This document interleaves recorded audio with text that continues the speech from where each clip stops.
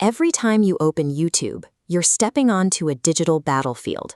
Millions of pixels are fighting for a fraction of a second of your attention.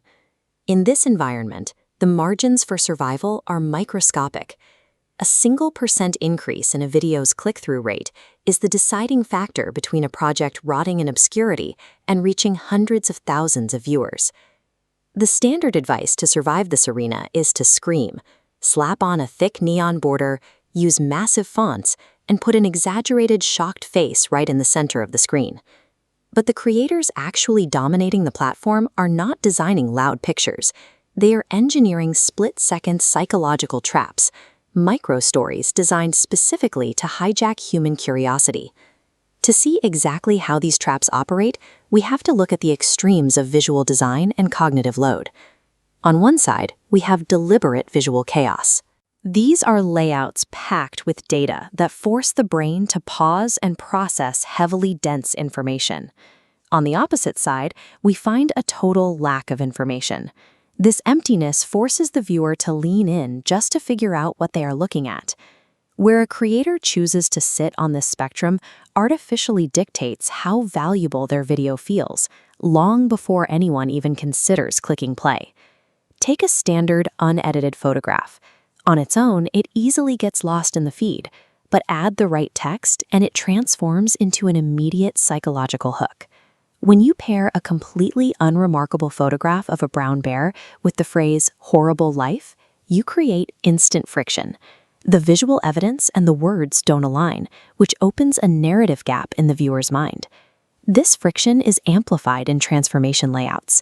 You put a completely ordinary, highly relatable starting point on the left and an impossible end result on the right. Our brains hate unresolved situations.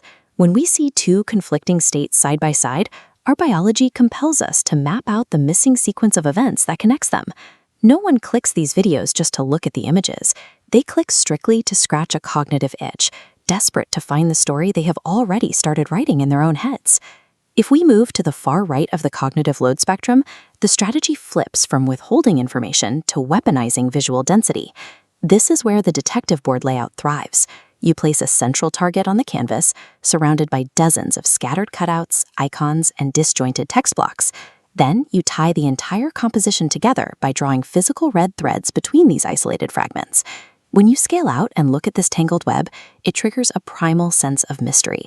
It feels as though a complex story is waiting to be connected. Creators use heavily annotated, complicated whiteboard diagrams to achieve the exact same effect. The messier and more detailed the diagrams appear, the better. This deliberate visual density signals a structural depth that promises the viewer a researched framework instead of surface-level advice. So, if dense, complex layouts signal immense value, why do some of the most viral videos use almost entirely blank, unedited images? Candid snapshots and ultra-minimal layouts abandon text and graphics completely. They rely entirely on a single subject, leaving the rest of the canvas empty. When an entire digital environment is saturated with bright colors and screaming fonts, a blank screen acts as a massive pattern interrupt. In a high-stimulus environment, total simplicity forces a visual reset. When everyone else is yelling, a whisper becomes the most disruptive action you can take. The deep psychology powering these minimal layouts borrows directly from physical retail architecture. Think of a discount grocery store. Every shelf is crammed with products, signaling a desperate need to sell. Now walk into a luxury boutique. A single item rests on a pedestal. That vast negative space communicates abundance and confidence. Leaving more than half of your thumbnail totally empty sends the same subconscious signal. It tells the viewer that the content is valuable enough to stand on its own, without flashy elements begging for a click. The next time you scroll through your feed, the layout of the platform will look entirely different. If you pull back from the individual videos, you stop seeing pictures and start seeing a grid of active psychological levers.